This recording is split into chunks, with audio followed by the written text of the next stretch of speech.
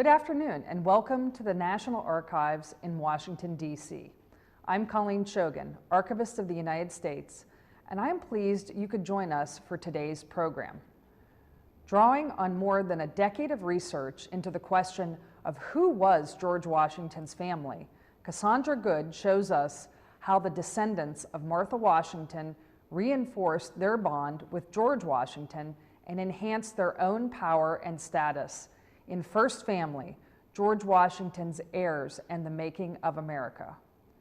George Washington, the father of his country, had no children of his own, but he was a devoted guardian to Martha's children and grandchildren. The Custis family, in turn, considered themselves guardians of Washington's reputation and legacy after his death. First Family further explores how their experiences were intertwined with the national issues of slavery, race, and class. Though he deferred to Martha in most matters regarding the children, he took a fatherly interest in their education and well-being. He wrote solicitous letters to them, even offering granddaughters Betsy and Nelly advice on love. And some of these letters are preserved in Founders Online, a searchable website hosted by the National Archives through the National Historical Publications and Records Commission. Through Founders Online, readers can directly encounter Washington's own words, as well as those of 6 other founding fathers. Cassandra Good is a writer and historian focused on gender and politics in early America and is the author of the prize-winning Founding Friendships, Friendships Between Men and Women in the Early American Republic. She is taught at Marymount University, George Washington University, and the University of Mary Washington, and has written for Smithsonian Magazine, Mental Floss, The Atlantic, and Slate. Please join me in welcoming Cassandra Good.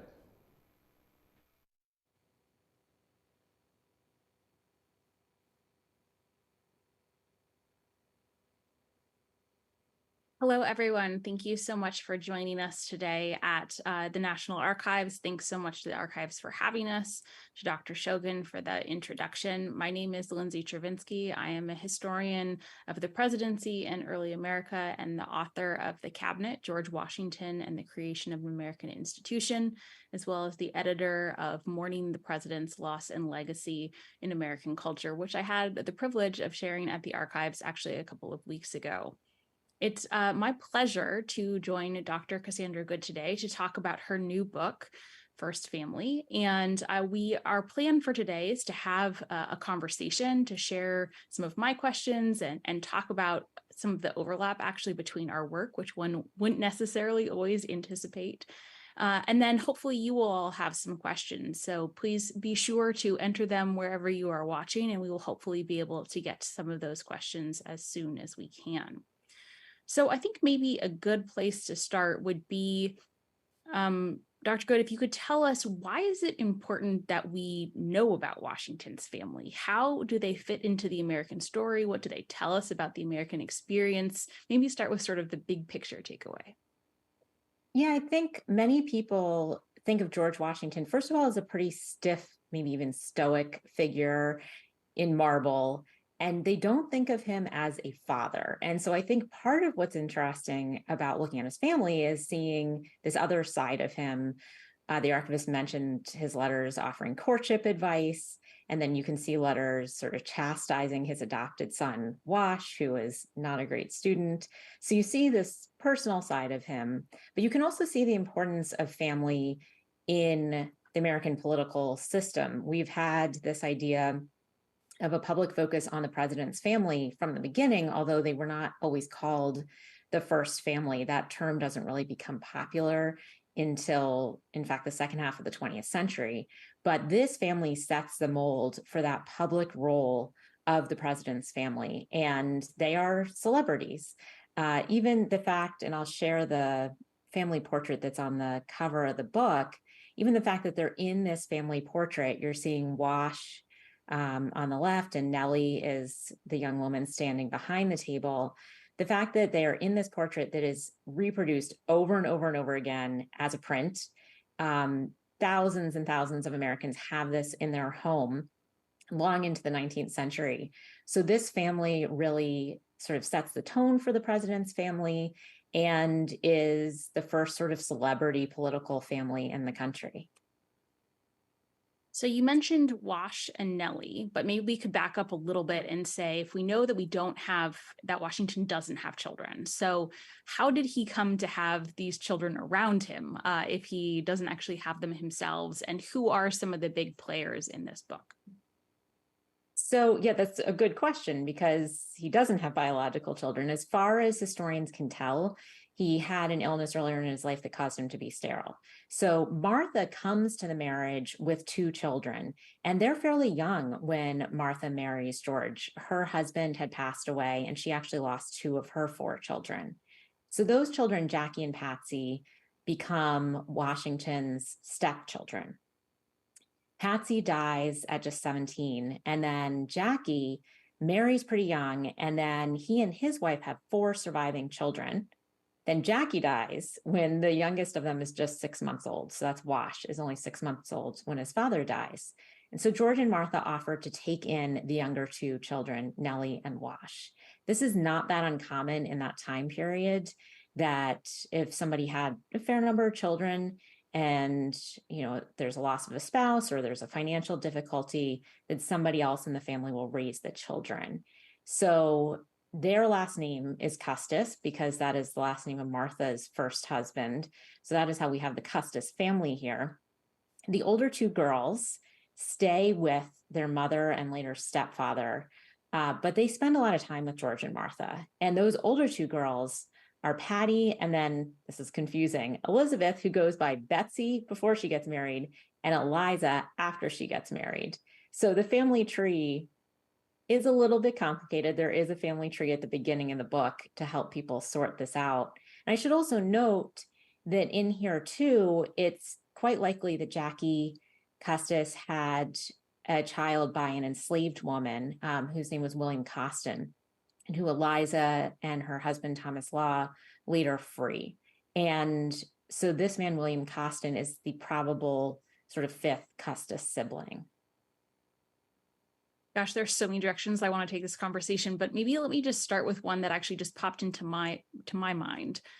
I would think that if we were doing an arrangement like that today, that the younger ones would stay with the mother and the older ones would go somewhere else. Do you know how they decided basically which children were going to go where? It's not entirely clear, and it's not even entirely clear when the sort of permanent move there is made. There's no legal form of adoption, so there's never any paperwork around this at that point. And in fact, George Washington is not even the kid's official guardian. He gets into a debate with the kid's uncle saying, why don't you do it? And he says, why don't you do it? And they're going back and forth. I think part of it is that their mother was ill after the birth of both Nelly and Wash. And we know even Nelly was sent to Mount Vernon to be nursed there by a wet nurse somewhere on the estate. We don't know if it sounds like it was a white woman. We're not sure exactly who this person was. And so it may have just been sort of health issues in terms of taking care of very young children who weren't weaned yet, that the younger ones end up going. That makes sense. Well, and I think it's also important for us to note that one of the reasons this debate was happening, which I learned as I was reading this book, was that Washington was away as the commander-in-chief of the Continental Army at that point. So all of this is happening, of course, within the context of the American Revolution and American history more broadly. So you mentioned William Costin. Is there evidence that the Laws or the Custises or the Washingtons knew about Costin? To what extent was that relationship acknowledged, other than, of course, he was emancipated later on? William Costin's story is really tricky, and we still don't have all the answers on it. There's a few legal documents that give us some sense, but it appears, my theory is that his mother, who went by both Anne and Nancy, was on one of the Southern Custis estates that they owned near Richmond. It doesn't appear that she was ever at Mount Vernon or that he was. And they do stay in touch throughout Costin's life. He is a carriage driver for a little while and runs errands for them. And then he becomes a porter at the Bank of Washington and is successful enough that he at some points is loaning money to them, to his possible half siblings. the real acknowledgement that we get of this family relationship is there's a recording in a journal from the 1860s of somebody who talked to William Costin's daughter, who said, Jackie Custis was my grandfather.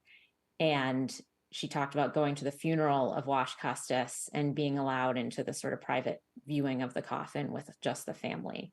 So we don't have any sort of public acknowledgement during Costin's lifetime.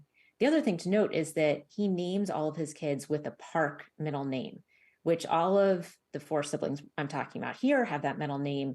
It goes back to this complicated lawsuit that required people to have the name Park to inherit, that was not really still in effect at this point, but was still a family tradition. And so it's hard to imagine why Costin would name his kids with Park in all of their names if he didn't think he was related. And one of them is even Park Custis, and the son went by Custis.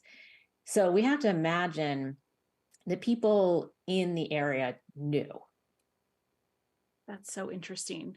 So as you were, you kind of alluded to there was a relative dearth of records on this particular subject. And I know with my own work that, sometimes people produce a lot of writing materials, which tend to be saved more readily than like an oral history or even a material culture item like a piece of clothing. And some people, of course, especially if they're illiterate, produce none.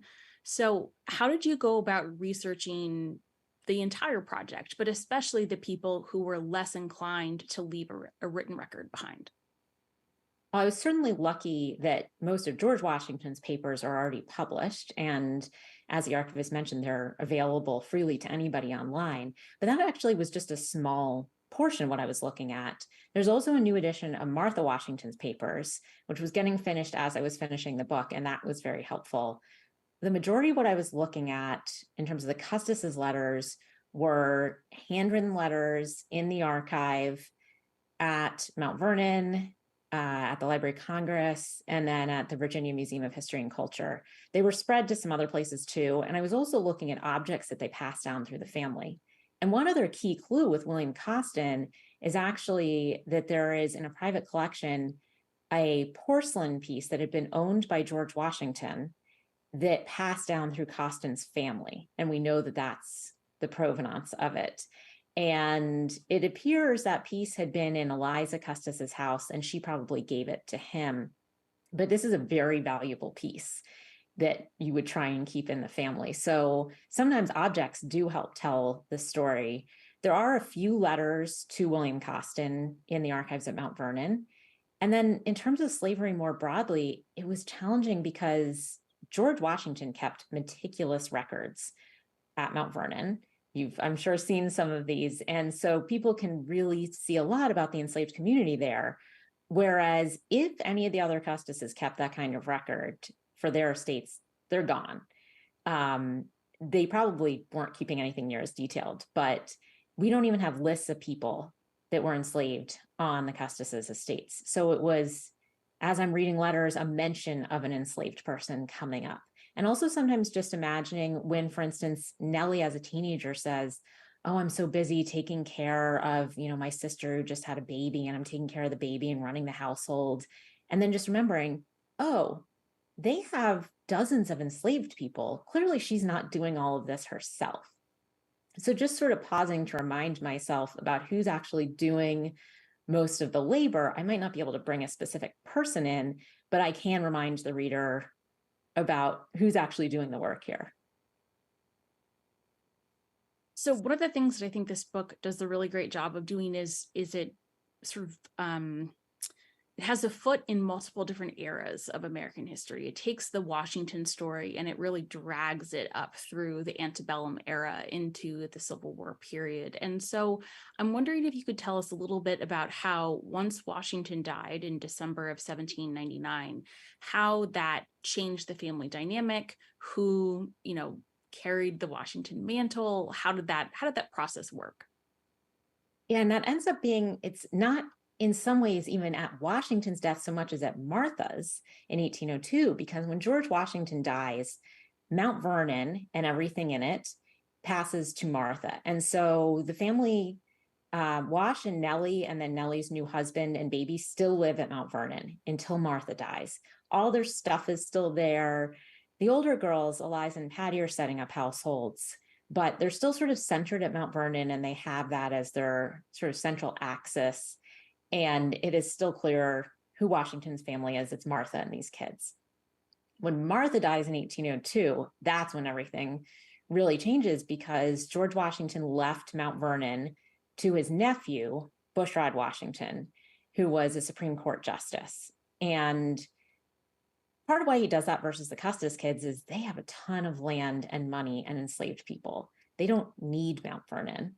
And I mean, Bushrod also has another estate, but he inherits basically an empty shell, because the other thing that happens is that Martha stipulates in her will that everything in the house, down to the tools in the sheds, are going to be auctioned off. And the Custis kids buy all the good stuff from the house. So they end up being keepers of all the sort of Washington relics, which does help them in the case they are Washington's family. They were already famous. Then they have all the stuff. People are coming to their houses. And I'll share here on the screen just a map showing in the DC area where their houses end up. So you can see Tudor Place in Georgetown is Patty Custis Peters' house. Arlington House, now at Arlington Cemetery, is Wash Custis's house. Hoxton House is now on the campus of the Episcopal School, and that's very briefly where Eliza Custis Law lived. And then Woodlawn is split off from Mount Vernon Estate for Nelly Custis Lewis and her husband Lawrence, who was George Washington's nephew. So they're all living close to the nation's capital. That also helps them in terms of keeping up that Washington connection. And then the other thing is that the Washington blood relatives with the Washington name, including Bushrod, have, from what I can tell, zero interest in being known as Washington's family. So it is the Custises who both have the stuff and the desire to work at making sure people know who they are, remember who they are, and that they are the keepers of George Washington's legacy. If you look at Bushrod's obituary, when he dies in 1829, doesn't even mention he was related to George Washington.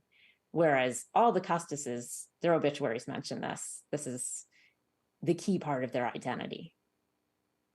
We have a sense of why the other Washington relatives didn't really want anything to do with it? You know, I think I look at them and they don't have as much correspondence surviving, so it's not quite as clear. But part of it is they are sort of planters, plantation owners, enslavers on a fairly small-ish scale. They're still wealthy in Northern Virginia and in what is now West Virginia on some lands that they inherited from George Washington. And so that seems to be their main vocation in life. The other thing is they were never as close with George Washington. Even Bushrod, who's the nephew that, you know, is seen as the most promising, says, I was always sort of in awe of him and shy around him. The Custises had a much closer relationship with him. So they have the personal stories, not just the stuff. They actually have the personal stories about him to share. And so I think there's just in some ways, the Washingtons, they just have the last name and some of the land. They don't have the actual history of that connection with him that they can leverage. So as you were sharing where the different children ended up living, of course, there were lots of different last names that come into play for the women. And Right. one of the things that I think is so interesting is as Washington is navigating his presidency, which is the story I know better, they are navigating these huge personal decisions. And I'm wondering if you can talk a little bit about, sort of to put us into context, like why the marriage choice was so important in the 18th century. When we look at women's letters, it dominates the correspondence. And I'm hoping to explain that, for good reason and why. And then how being near Washington shifted or changed or helped shape those choices. Yeah, I think, you look at marriage for young women in this period, it is the single biggest choice, the choice of a spouse at this point, because we don't have parents choosing spouses for the most part in this era. They're usually going to approve, or maybe disapprove, but this is actually a choice that the woman gets to make. The man gets to choose whether to propose, but she can say yes or no. And that's a real moment of power for women here. And so all of the Custis women marry men that, at least when they're getting married, they are in love with, and this is the person they want to marry. But with Washington as president, everybody's watching them, and Nelly in particular. So there's gossip all the time about who she might be dating, or she danced a bunch of dances with this guy. Does that mean that they're going to get married? And it really annoys her. But part of that is just being a public celebrity. It's actually better that she wasn't blood related to Washington. There's multiple people who say when he becomes president, people like John Adams are saying, oh, thank goodness he does not have kids, because we'd have European royalty wanting to create diplomatic alliances by marrying their kids off to Washington's kids. So, the Custises, because they're not blood related, it seems none of that posturing is happening, at least. But people are just watching them closely. And when Eliza, for instance, marries Thomas Law, this British man who's 20 years older, has spent a while as an agent in India and has brought mixed race children with him from India. Certainly Abigail Adams has some things to say about that. That is something for public comment as well. The one sort of dynastic thing we see in here in terms of their marriage choices is that it appears, at least John Adams says this later, that George Washington and John Adams were hoping that John's son, John Quincy, would marry Nelly Custis. They never really knew each other. And in fact, Nelly hated the Adams at a level that doesn't make sense to me. But that apparently, was sort of one hope of, that would have been a sort of Federalist dynasty, I think, if that had happened. That's so interesting. So who did they end up marrying? What were sort of the connections, their places? How did that affect their lives? So the first to get married was Patty, and Patty marries this man, Thomas Peter, who's from a pretty well-to-do merchant family in Georgetown. And they end up building a house called Tudor Place, which you can visit now. They also have plantations. The biggest one is in Maryland, near what is now Poolsville. And so that is actually where most of their enslaved people end up. And that appears to have been a very happy marriage. I mean, Patty doesn't like being apart from him. They have a bunch of children together and seem to have a pretty happy life together. Eliza's not as lucky. So this guy, Thomas Law, that she marries, they have one child together. And then within 8 years of their marriage, they separate. And this is the scandal of Washington City. Everybody's talking about it. Why have they separated? What is going on? Which of them is crazy or crazier? They both get accused of being crazy. And she sort of sets up an independent life for herself, which causes people, she, again, gets called crazy, gets called an Amazon for doing this. And then eventually they do get divorced, which she would have been happy to just keep things as they were with the separation, but they get divorced. She starts going by Mrs. Custis again, instead of Mrs. Law. Everybody in Washington is talking about that too. And then she has these sort of love affairs with a couple of French diplomats, gets engaged to a French imposter. I mean, Eliza's story is just, it should be in a soap opera. Nelly Custis ends up marrying, as I mentioned, George's nephew, Lawrence, who has just come to help out his uncle in the house. It seems like Lawrence liked Nelly for a long time, and Nelly wasn't interested until it sounded like Lawrence was going to go away to war, possibly in 1798, when there was a chance of war. And she's like, oh, wait a second. Yes, I will marry you. And this, interestingly, is the nephew that looked the most like George Washington. So that's who she marries. They have a bunch of children together. It does not appear to be a great marriage. He's an invalid from their honeymoon. He has some eye problem and has to be in a dark room for 3 weeks. So that is never a great relationship. Wash, the youngest, marries Molly Fitzhugh, who is a distant cousin. And that also appears to be a very happy marriage. They only have one surviving child together. But that seems to be, they seem very happy together. And Molly, in some ways, I find one of the more likable, even though we're not supposed to judge our historical figures here. Mm-hmm. Molly is somebody that everybody else is saying, I really like this person. You just don't see anybody saying anything negative about Molly Custis. And so you can see she's somebody a lot of people liked. So that is a rundown of their marriages. Excellent. So in addition to their marriages taking them different directions, one of the things I think about the book is so interesting is how they, like so many families, both then and now, were divided by politics and partisanship. So could you maybe talk a little bit about how those things came into play over the decades as they continued to live in the area? Yeah, I mean, as you well know, the early, even in the 1790s, the political partisan strife is really ugly. And especially in Washington's second term, super ugly. And Washington, while trying to be a pug party, is, sort of associated with the Federalists. And so it makes sense that 3 of the 4 kids end up being Federalists. But Eliza is a Democratic Republican. And this causes her to not get along with her siblings in many ways. I mean, her sister, Patty, is an extreme enough Federalist. So the Federalists were pro-British. Many of them in the War of 1812, including Wash and Nelly, sort of are no longer pro-British when they're fighting a war with Britain again. But Patty is like, oh no, still pro-British.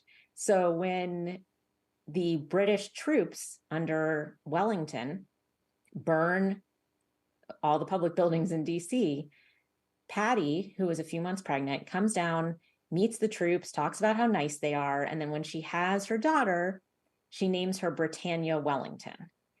So you can see the level. I mean, and even her Britannia says much later that her mother was always a Federalist. The Federalists basically die out in 1815, but Patty never stops being a Federalist.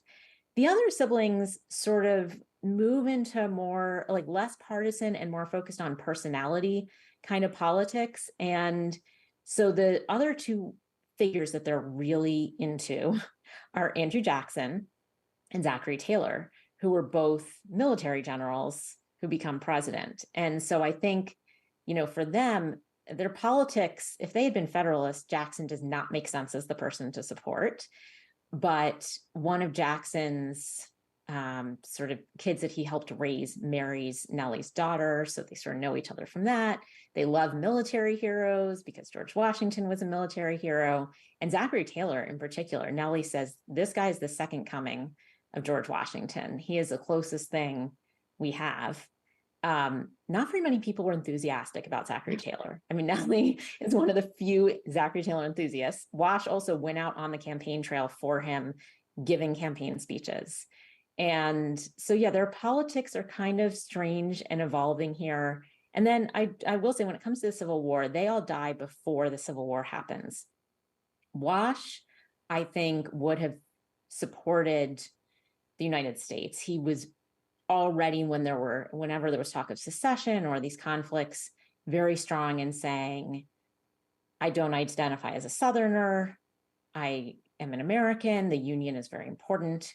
But of course, the amazing connection here is his one white daughter marries Robert E. Lee.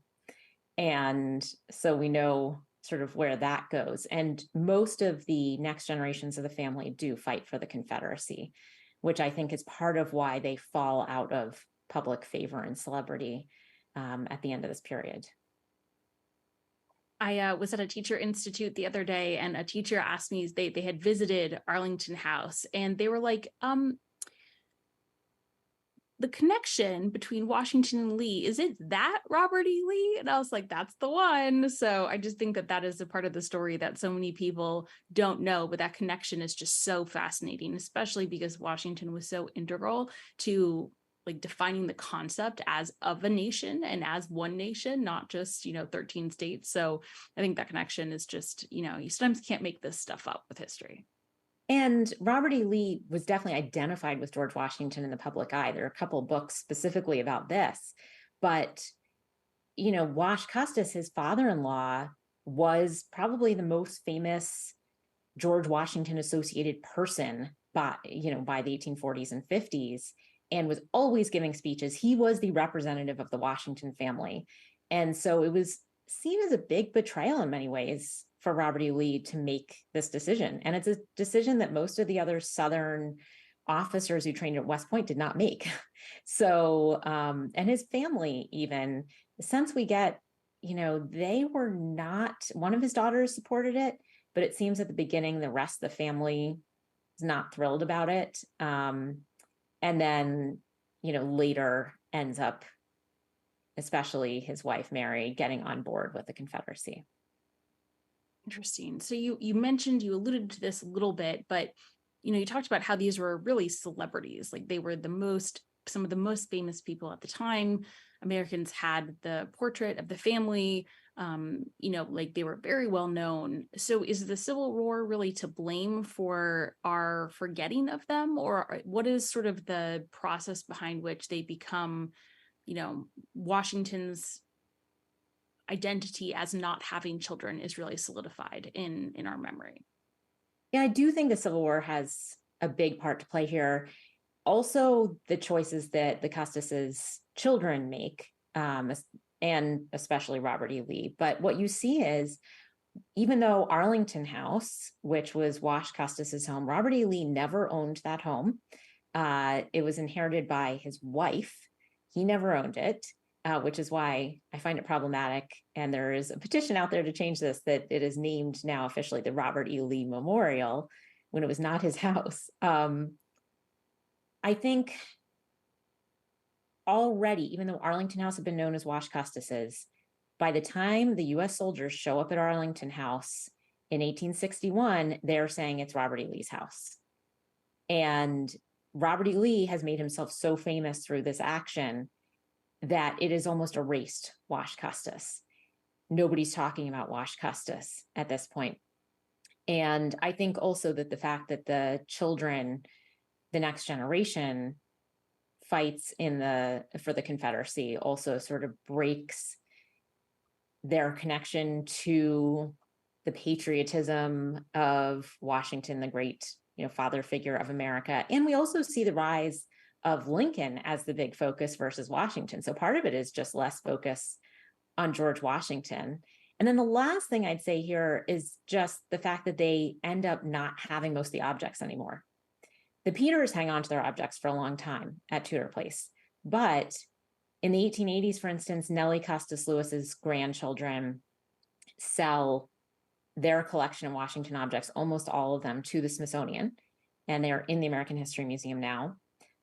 Some of the objects from Arlington House end up getting removed to government custody. They too are mostly in the Smithsonian now. Washington's big camp tent, which if anybody's been to the Museum of the American Revolution and seen that was removed from Arlington House during the war.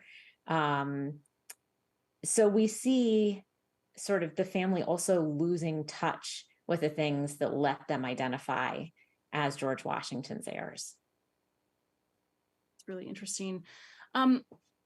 So maybe let's take a step backwards. We alluded to their time and their relation during Washington's presidency, but a lot of them were actually there. They were actually present. And in some of my own research, I've done some work on the president's house in Philadelphia, which was the biggest private residence at the time, or one of the biggest private residences at the time, but nonetheless was absolutely like jam-packed with people, because there were dozens of enslaved workers and also hired laborers. There were family members, there were Washington secretaries. So what was the experience like for these children that were living in the president's house?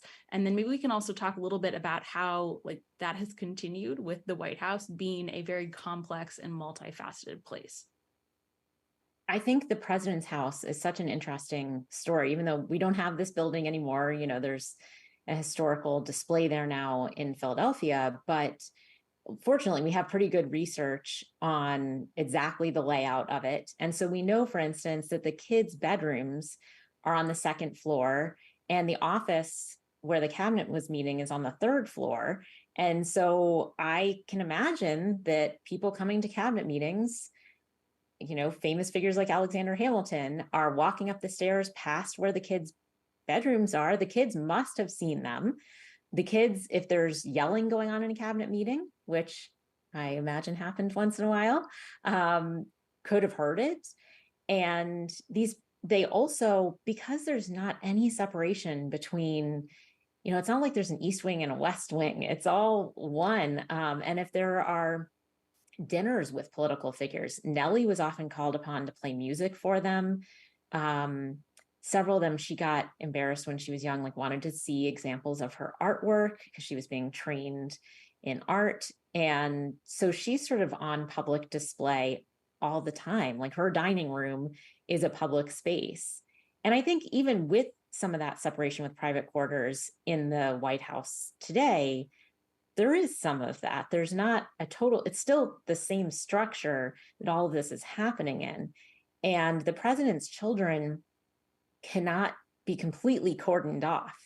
You're going to see them in those spaces sometimes. And, I think at this point, presidents take quite a bit of effort to protect their family from that and have some means to do that. We think, oh, it's just journalists today that would be hounding them with pictures. There may not have been photographs at the time, but journalists were very interested in what was going on with the president's family at this point. So there's not a whole lot that George and Martha can do to completely protect them from this. There's a point at which Martha sends Nelly to stay with her mother and sisters in Virginia for a while.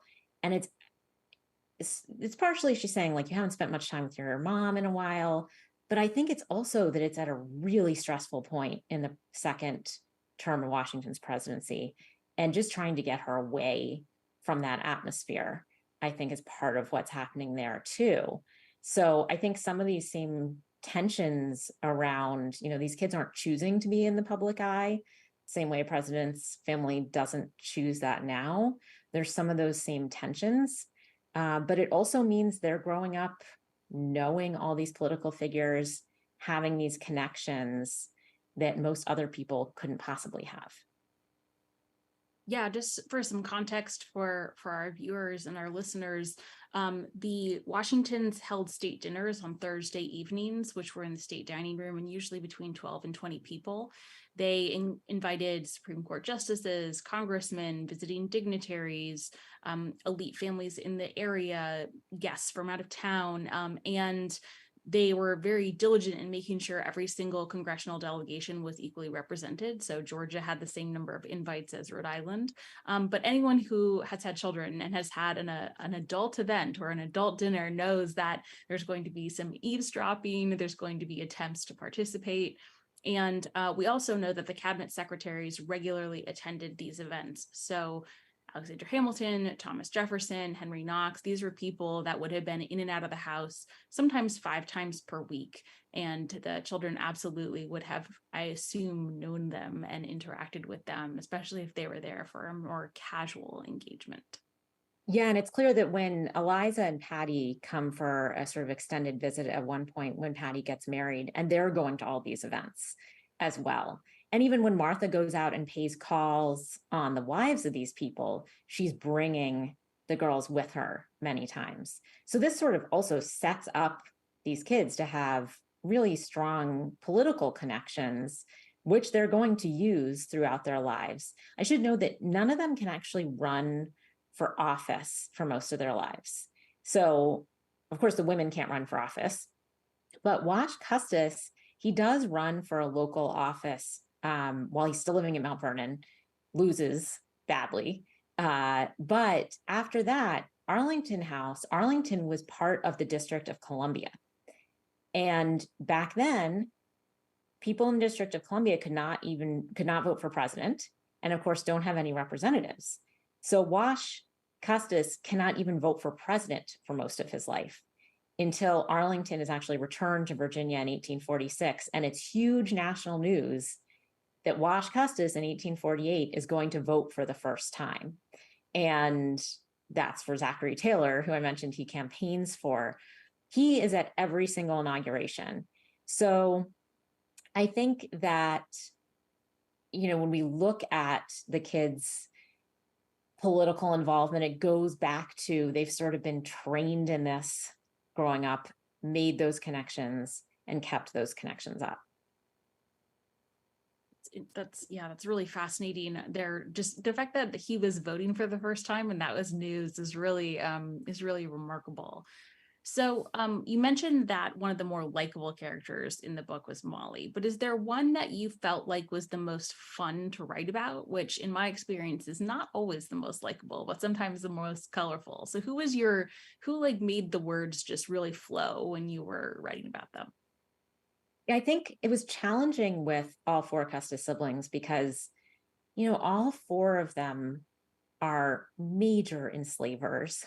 And I'm also seeing beyond, you know, what they're doing to enslaved people, selling them, you know, treating them badly in ways that are pretty well documented. But I'm also just, you know, seeing into their private lives to any time they're being nasty or unpleasant or embarrassing. So, you know, in ways it's hard to, there were times I struggled with all of them, but I mentioned Eliza before as somebody who could have a soap opera. She just really feels like the one to me who, because of the fact that she was always defying gender norms, that she was, you know, she would write in letters, go tell the Secretary of War that they should do this. Or if I was president, this is what I would be doing. And she was so politically engaged. You get the sense that if this had been another time, she, out of all four of the siblings, would have been the one running for office. And, you know, she's really attempting to be a lobbyist. And then she has all these romantic dramas as well. So there's all these different sides to her. And she ultimately has a kind of tragic story because her daughter gets married and has several children and then dies soon after having her last child. And Eliza helps raise some of those grandchildren for a little while. But then we get to this point where there's some kind of break between her and the son-in-law. And the son-in-law basically comes in, grabs his kids, and says, "You're not even allowed to communicate with them anymore." And she is absolutely devastated. And she is the one who dies the youngest. She basically goes to Richmond to visit a friend and is very ill at that point. She's only in her 50s, but you know, the friends write to the family and say, like, this isn't looking good. I think you should come down here. I think before any of the family can even get there, she passes away in 1831 at New Year's Eve, which I think is suitably dramatic for her. And in fact, her ex-husband didn't even believe it at first that she had died. The story goes that when his servant came in and told him,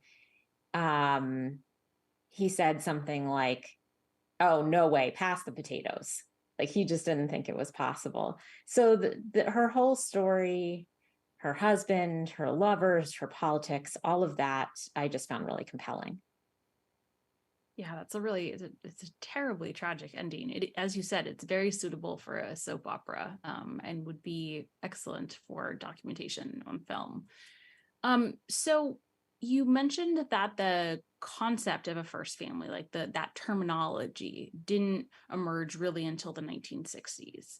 But obviously there was a sense that Washington had this family because it was pictured and documented. So how does the concept, the idea that the president's family matters, how does that change over time? Is it consistent? Do you see sort of patterns, or is it very different today than what we see back then?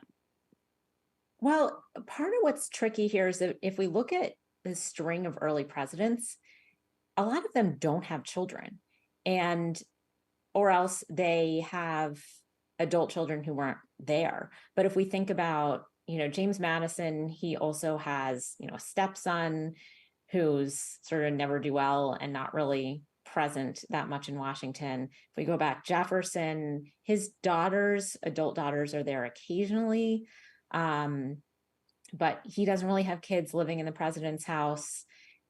Jackson never had any children of his own. And so we have a bunch of these presidents that don't have children. And so I think that's part of what's going on in the 19th century. Certainly the people that do have children, you know, we go to Abraham Lincoln, there's a lot of attention on the children. So I think part of it is a difference in the way we have media coverage. So there's always going to be gossip reported, but if there can be photographs, if there can be video, that is going to change things.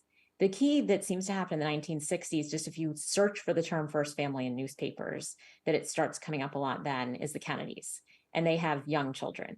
And so I think part of it is having young children that really zeroes that attention in on the president's family. But it's not just the president. In this early time period, pretty much everybody they didn't see that much separation between the public and private life of a political figure. And this is why, in part, we end up having duels breaking out all the time between political figures, because there's not really a separation of, if you insult me personally, you're insulting me politically, or if you insult my political ideas, it's a personal insult. So there's not even that much of a division in this period. And so I think that's also a difference with our situation today. That makes a lot of sense in terms of the Kennedys being the ones that provoked this idea, especially because if we look at previous presidents and their families, the ones that do garner the most attention are the ones with young children. You mentioned Abraham Lincoln. They were constantly making news. And of course, Theodore Roosevelt's very young and very rambunctious family was journalists' favorite subject to talk about, especially when they got into trouble, which they did quite a lot, including bringing ponies and goats up in the elevator and trying to hide them from their father, which I think is probably one of my favorite White House stories. So that makes a lot of sense that that's always been a fascination for the American people. So let's maybe talk a little bit about the writing process. This is something that I'm always fascinated about, how other writers write their books. And I think audiences generally really enjoy it too, because it is such a lengthy process and requires a dedication to delayed gratification. So how did you go from, your first book is on founding friendships. It's the relationships between men and women, platonic relationships usually. How did you go from that to this book? What sparked the idea? Was there a question? Was there a source? Was there something like that? Yeah, I actually see these books as connected in the sense that they're both about personal relationships and power and politics. Not entirely in either book, but that's always been my sort of underlying fascination. I actually came across Nelly and Eliza in their correspondence with male friends when I was working on founding friendships. And looking at just trying to figure out, who are these people? And then I was like, wait, I didn't know that George Washington raised children. There must be a biography on them. And I looked and there wasn't. And so that's sort of the genesis of the idea here of thinking, okay, these people must have been well known at the time. George Washington is treated like a quasi-monarch in certain ways.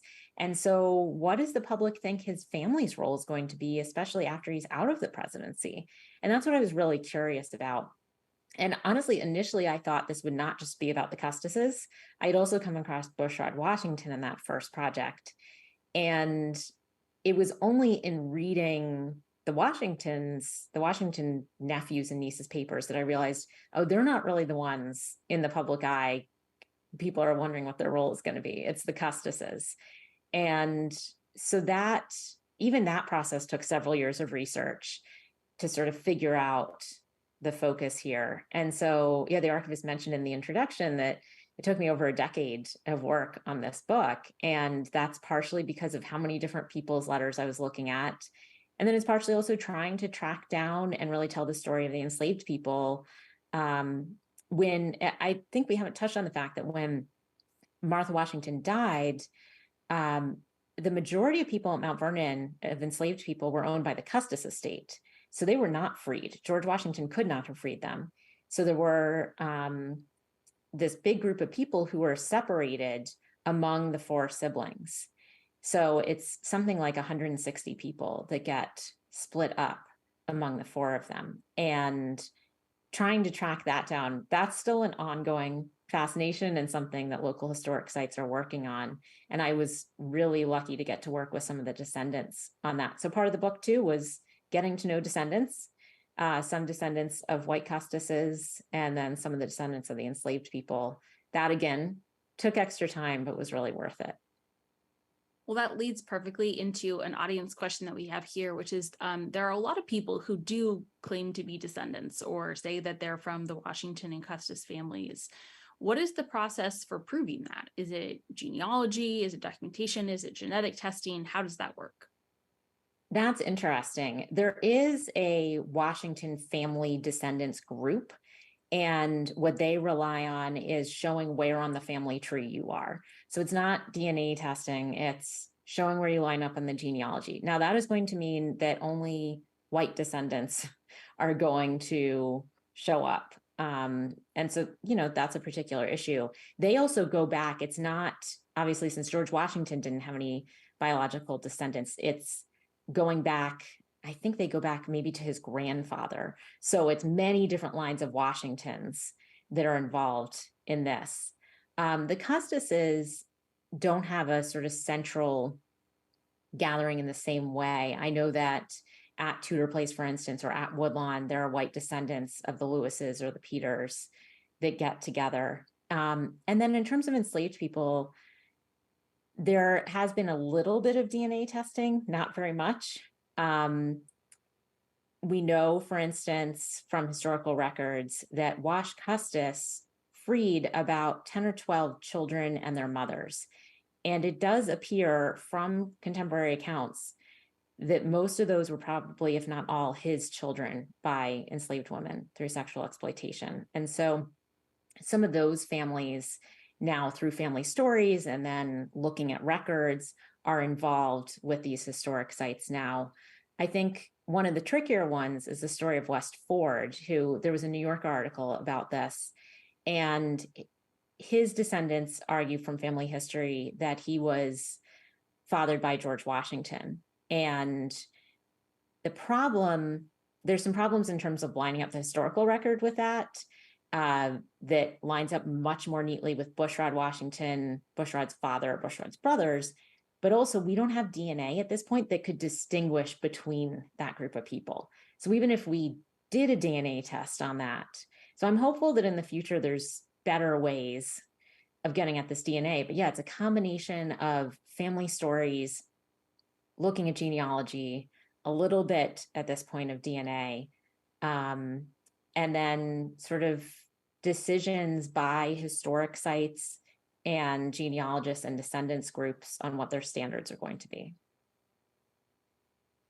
Yeah, it's definitely an ongoing process. And I think also one of the elements that has made it more interesting and a little bit easier to do, but also then very much more complicated, is the rise of these online databases like Family Search and myheritage.com that allow people to track certain things, but of course depend in a lot of cases on the written records that primarily white families left behind.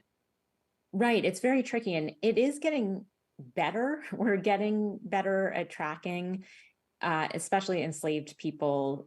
There are Black people today who can track back much farther than I think in the past because of the digitization of so many records, especially families who, for instance, passed through the port of New Orleans, which there were 50 people from Woodlawn that were sent from Nelly Custis Lewis's house that were sent or sold to Louisiana. And so there's all sorts of parish records and ship records and the sale record. We get those kind of records. And so it partially is a sort of whim of geography and how good the records were and whether they were saved from those places. That makes sense.